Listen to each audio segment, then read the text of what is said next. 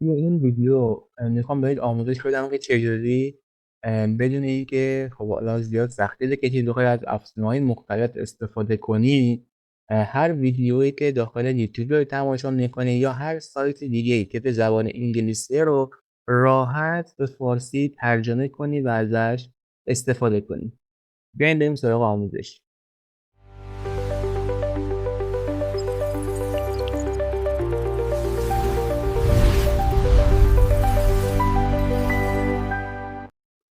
سلام رفقا، من امیدم به یه ویدیو دیگه از کانال ایساتیس استک خیلی خوش اومدین.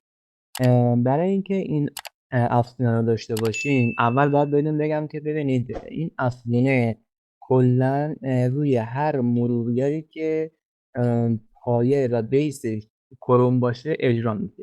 مثل خب خود کروم که هست که هیچی، مثل مایکروسافت ایج اجرا میشه یا مرورگر بریز که هسته کرومیوم داره و پایه کرومه، اونم این اکستنشن روش نصب میشه و اجرا میشه. حالا چجوری این اکستنشن رو باید روی کروممون نصب کنیم؟ کافیه که شما کرومتون رو باز کردید، از سه نقطه این بالا بیاین از وقت اکستنشن ها ویزیت کروم وب استور رو بزنید. خب صبر کنید تا فروشگاه ضد کروم براتون اجرا بشه. از این بخش کافیه سرچ کنید لایو، ببخشید، لایو داپ. بعد از اینکه لایو داپ رو سرچ کردین، حالا به سینتکسش دقت کنین، ای آخر لایو رو نباید بذارید. خب بعد از اینکه لایو داپ رو سرچ کردین، خب روش کلیک میکنین و از این بخش اد تو کروم رو میزنین. حالا اگر بریو داشته باشید گزینه اد بریو نوشته یا اد ایج نوشته. حالا شما اینجا وارد روش کلیک میکنید تا این اکستنشن روی مرورگرتون نصب بشه. بعد از اینکه نصب شد، از این بخش بالا به حالت پازل ماننده روش کلیک کنید، میتونید با استفاده از این سنجاق این بالا پینش کنید. خب روش که کلیک کنید یه محیط خیلی ساده ای داره. از این بخش باید انتخاب کنید که به چه زبانی میخواین ویدیو ترجمه بشه. داره مثلا من اینجا فارسی رو انتخاب میکنم. و بخش مهمتر اینه که شما اینجا از بیاین و جمینای API کی رو استفاده کنید. خب حالا چجوری این API کی جمینای رو به دست بیاریم؟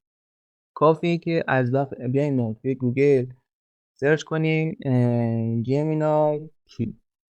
خب توی سایت گوگل ای آی استودیو روی حالا سایت اول که کلیک کنید، با از طریق ایمیلتون خب لاگین باید بشه مستقیم. حالا من قبلا لاگین بودم دیگه، اینجا درخواستی برای لاگین و یعنی وارد شدن به حساب به من نمایش نداد.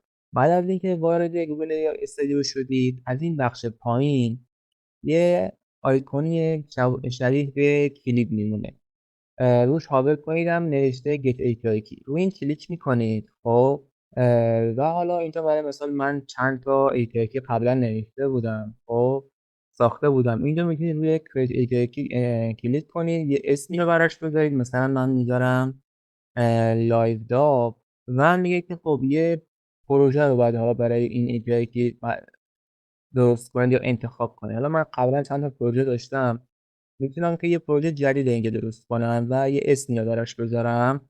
اینم اینجا میذارم لایو داپ. خب و کریت پروژکت رو میزنم، سعی میکنم برای تا پروژه ساخته بشه. خب اینجا پروژه برای من ساخته شد. بعد از اینکه پروژه ساخته شد خودش اتومات این پایین انتخاب میشه و کافیه که دیگه شما روی کریت کی کلیک کنید. خب وقتی که کلیک کردید حالا یه چند دقیقه طول میکشه تا اون کلید رو به شما نمایش بده. خب اینجا یک کلید رو اینجا برای ما آورده. من از این بخش اینو کپیش میکنم، میام اینجا و تو این بخش قرارش میدم و روی سیو کلیک میکنم و محض اینکه سیو رو بزنم اینجا دکمه سبز رنگ برای ما فعال میشه. حالا میخوایم تست کنیم. خب برای مثال حالا من اینجا یه ویدیو انگلیسی باید پیدا کنم دیگه. خب و همه ویدیوهای من فارسی. مرسی. بذار بیام بریم اوریج بزنیم نگرم. خب یه پاس مثلا انگلیسی سرچ کنم، نمیدونم من مثلا کیناری پرو مکس. خب یه ویدیو انگلیسی چون اینجا اجرا میکنه. فعلا این تبلیغات رد شه بره. این یه تبلیغ اوکی. خب من اینجا یه لحظه چک کنم ببینم که شما صدای ویدیو دارید یا نه. خب آره، حالا این اصلا حرف نمیزنه شانس من. آیا ویدیو اصلا یه کار میکنم، ویدیو ملی شجری رو میذارم. خب اوکی، صدای ملی شجری رو میذاریم، بعد میگیم که حالا مثلا بگه فارسی بیا برای ما انگلیسی ترجمه کن. خب استارت رو میزنیم، دسترسی رو داشت میدیم. خب و اینو شروع میکنیم.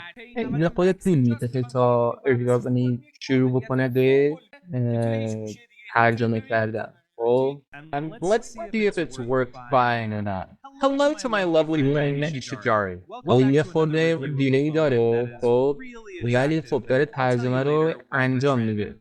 خب چجوری میتونیم مثلا این دیلیش رو بیایم مثلا کنترل کنیم؟ خب میتونیم بیایم و سرعت ویدیو رو اینجا مثلا کم و زیاد کنیم، یه خورده کمترش کنیم تا با حالا اینکه درخواست میره سمت سرور، حالا جمینای بخواد اینو ترنسلیت کنه به ما برگردونه، یه خورده هماهنگ‌تر باشه.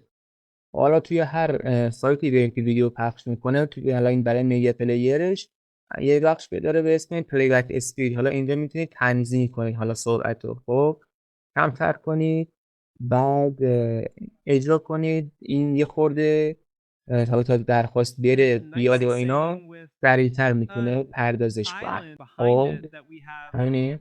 A protrusion behind it. به خوبی حالا میتونه روش استفاده کنید. حالا اینکه داره فارسی رو به انگلیسی ترجمه میکنه. خب مثلا من اینجا بیام اگر سرچ کنم مثلا سیری VPS، قطعا یه ویدیو خارجی دیگه که دارم روش صحبت میکنم. خب مثلا همین کلیک میکنم. خب بعد میام اونجا میذارم روی پرشین.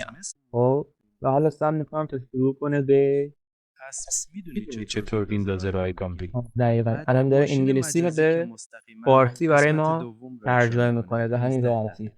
شما یه از این بعد میتونی هر ویدیویی که خواستی رو به صورت ترجمه شده داشته باشی و ازش استفاده کنی. خب دوستان خیلی ممنون که تا اینجا ویدیو همراه من بودید. حمایت فراموش نشه، حتما لایک کنید، ساب کنید، کامنت بذارید. سوالی داشتید، ویدیویی درخواست داشتید که براتون تهیه کنم، حتما چک بخش کامنت بذارید. من حتما کامنتتون رو پاسخ میدم، جواب میدم و درخواستتون رسیدگی میکنم. تا ویدیو بعدی، فعلا.